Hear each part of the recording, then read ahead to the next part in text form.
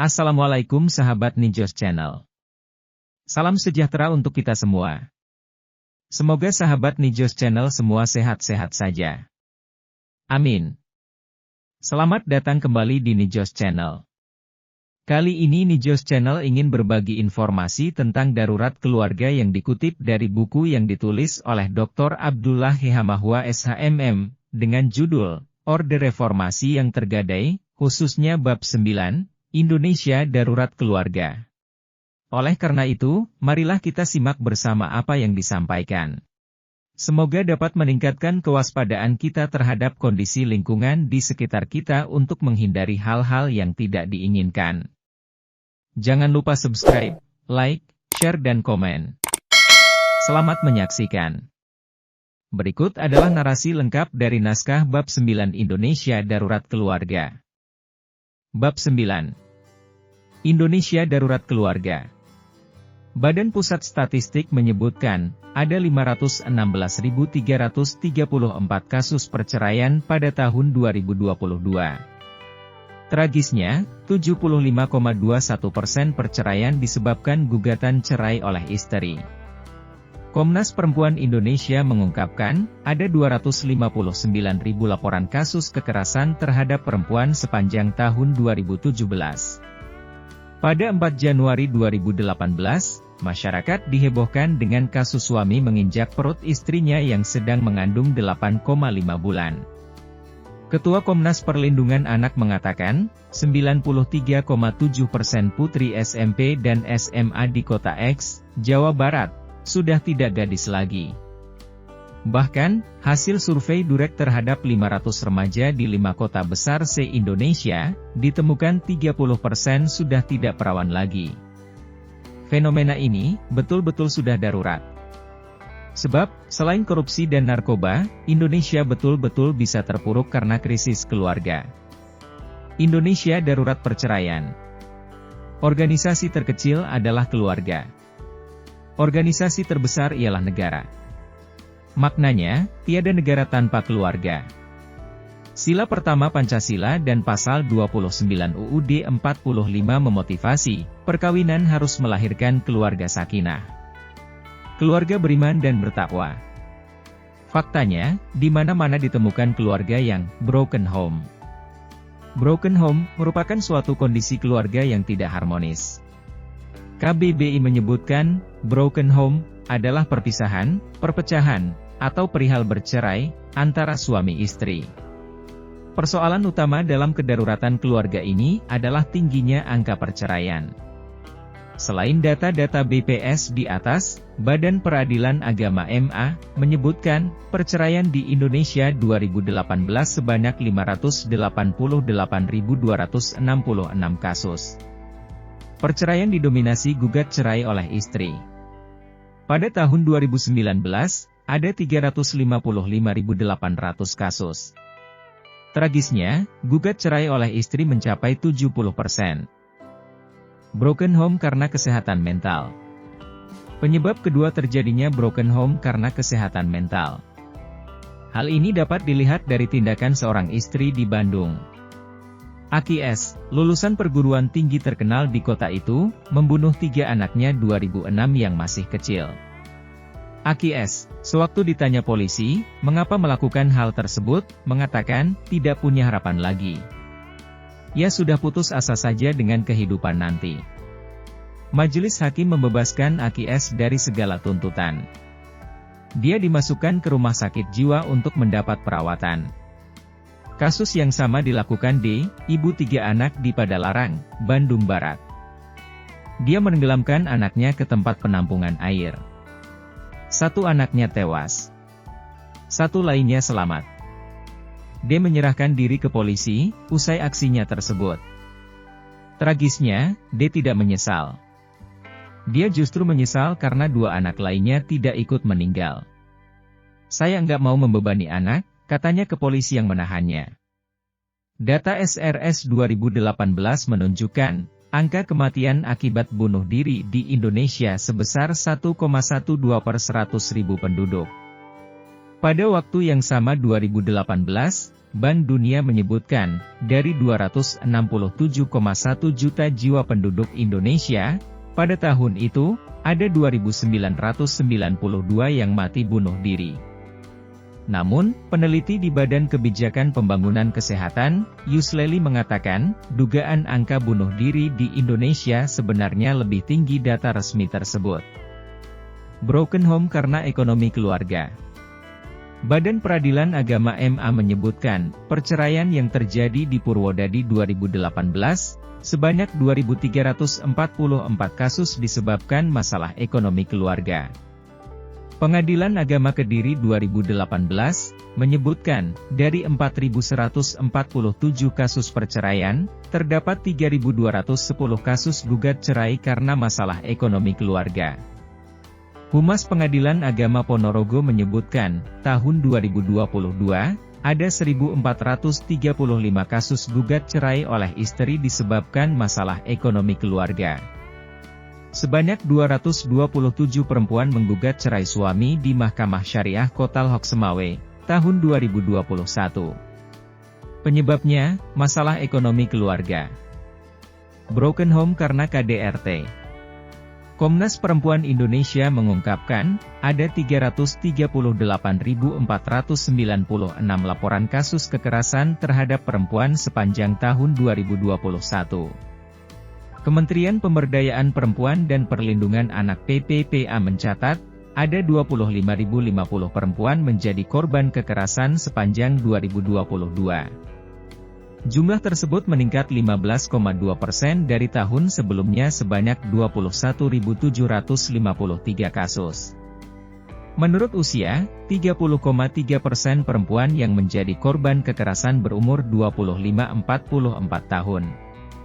Ada pula 30% perempuan yang menjadi korban kekerasan berusia 13-17 tahun. Dilihat dari tempat kejadian, 58,1% kekerasan terhadap perempuan terjadi di lingkup rumah tangga. Kekerasan yang terjadi di tempat lain, 24,9%. Broken home karena masalah komunikasi. Perceraian karena masalah komunikasi dapat dilihat dari beberapa kasus berikut. Seorang ibu di Garut, 16 April 2022, mengakhiri hidup, usai membunuh dua anaknya.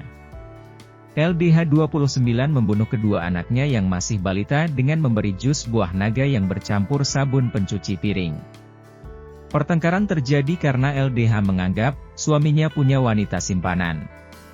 Seorang suami K, 4 Januari 2018, di Johar Baru, Jakarta Pusat, menginjak-injak perut istrinya, LR21 yang sedang hamil tua.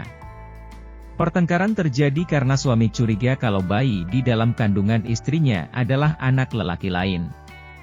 R33 di Kecamatan Muara Beliti, Kabupaten Musirawas, 4 Desember 2017, menghabisi nyawa istrinya. Pertengkaran terjadi karena suami curiga, istrinya akan meninggalkan rumah untuk ikut lelaki lain. Istri Z29, meninggal dunia dengan luka di punggung, leher, dan dada karena tikaman pisau bertubi-tubi oleh suaminya. Broken home karena seks bebas remaja. Ketua Komisi Nasional Perlindungan Anak, Aryet Merdeka Sirait mengungkapkan, hasil survei yang dilakukan tahun 2015, ada 93,7% siswi SMP dan SMA di Kota X, Jawa Barat, sudah tidak perawan. Menurutnya, dari angka tersebut, 61,2% diantaranya mengaku menggugurkan kandungan. Ketua Komisi Perlindungan Anak Asahan KPAA, Alex Margolang 2015, menyebutkan, hasil survei di lebih 60% wilayahnya, 80% remaja putri usia SMP dan SMA melakukan hubungan seks pranikah. Tragisnya, pernyataan Ketua KPA Asahan ini diprotes anggota ormas tertentu di daerah tersebut. Alasannya, pernyataan Ketua KPA itu mencemarkan nama baik Asahan. Produsen kondom Fiesta dan Sutra, Mei 2011, melakukan survei di 5 kota, Jabodetabek, Bandung, Yogyakarta, Surabaya, dan Bali. Jajak pendapat dilakukan terhadap 663 responden pria dan wanita berusia 15-25 tahun. Hasilnya, hubungan intim luar nikah paling banyak dilakukan mahasiswa, 31%. Diikuti 18% karyawan kantor, dan 6% dilakukan siswa SMA-SMP. Hasil survei juga menemukan, hubungan seks bersama pacar 88%, sesama jenis 9%, dan dengan PSK 8%. Lokasi favorit terjadi seks pranikah, tempat kos 74%, hotel motel 68%, dan di rumah 72%. Tragisnya, di rumah sendiri 34% atau di rumah pacar 29%. Tingginya perilaku seks di rumah maupun rumah pacar oleh generasi muda disinyalir akibat ibu, ayah atau keduanya bekerja di luar rumah. Dr. Rizal Fitni keheranan menerima pasien, 3 murid SMP yang mengenakan pakaian sekolah. Tanpa risih, salah seorang minta diperiksa kandungannya. Aneh bin ajaib, ketiganya tertawa terkikih-kikih mendengar pernyataan dokter bahwa siswi tersebut hamil. Dahsyatnya, ABG ini menolak nikah. Sebab, dia berhubungan badan dengan pacar kawannya sendiri.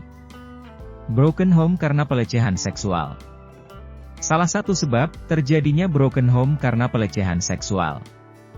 Hal tersebut dapat dilihat dari beberapa kasus berikut. DM48 di Kabupaten Cianjur, Jawa Barat, menyetubuhi anaknya selama 4 tahun 2019-2023, lebih dari 100 kali. Anak terpaksa mengikuti kemauan ayah karena selalu diancam dengan golok setiap mau menyetubuhinya. 11 remaja di kota Jambi 8-15 tahun menjadi korban pelecehan seksual oleh seorang ibu, YN 25. Aksi tersebut terjadi sejak 24 dan 26 Januari serta berlanjut sampai Februari 2023. Pelecehan dilakukan di warnet miliknya. YN beraksi dengan cara memaksa anak laki-laki menyentuh alat vitalnya. Anak-anak perempuan dipaksa menyaksikan YN berhubungan badan dengan suaminya secara langsung dengan cara mengintip dari jendela yang sudah dibuka olehnya tanpa diketahui sang suami. A16 mengaku diperkosa ayah kandungnya, ATW 40, sejak masih di SD kelas 5 di wilayah Cilacap, Jawa Tengah. Bahkan, ATW juga memerkosa sang adik, M, ketika berada di kelas 3 SD, ujar Kapolres Cilacap. M47 kepala sekolah dan Y51, guru, mencabuli 12 orang siswi di salah satu sekolah di Wonogiri. AM57, guru SD negeri di Kabupaten Pinrang, ditangkap polisi karena mencabuli 12 orang muridnya. Seorang ABG 16 diperkosa berkali-kali oleh 10 orang. Kapolres Parigi Motong, Sultan mengatakan, pemerkosaan tersebut berlaku sejak April 2022 hingga Januari 2023. 2 di antara 10 pemerkosa itu adalah guru dan kepala desa. Kapolres Tasikmalaya mengatakan, 4 orang yang ditangkap DN, SY, AB, dan HR karena memerkosa 4 anak di bawah umur. Mereka masih berusia 10, 13, 14 dan 15 tahun. EGF 13, murid SMP di Kota Solo, Jawa Tengah, diperkosa ayah kandungnya sejak Desember 2021. AA, sang ayah 36 memerkosa selama 8 kali, berakhir pada 6 Maret 2022.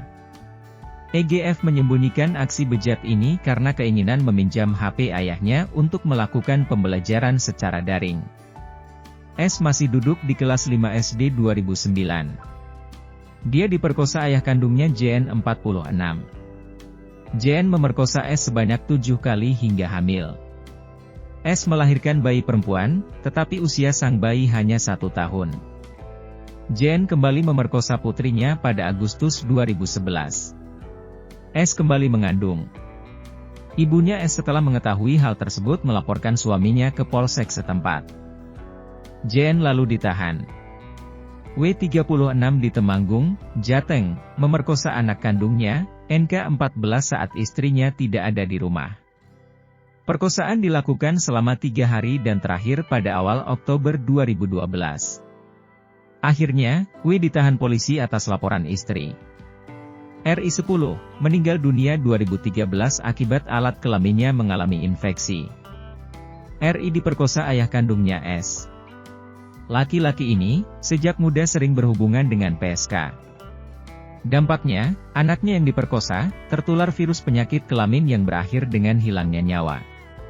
Simpulannya, jika semua pihak terkait tidak segera turun tangan, dikhawatirkan, Indonesia akan menjadi jajahan bangsa asing.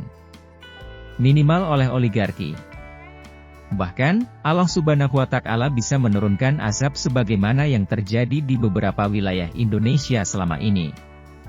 Mengerikan.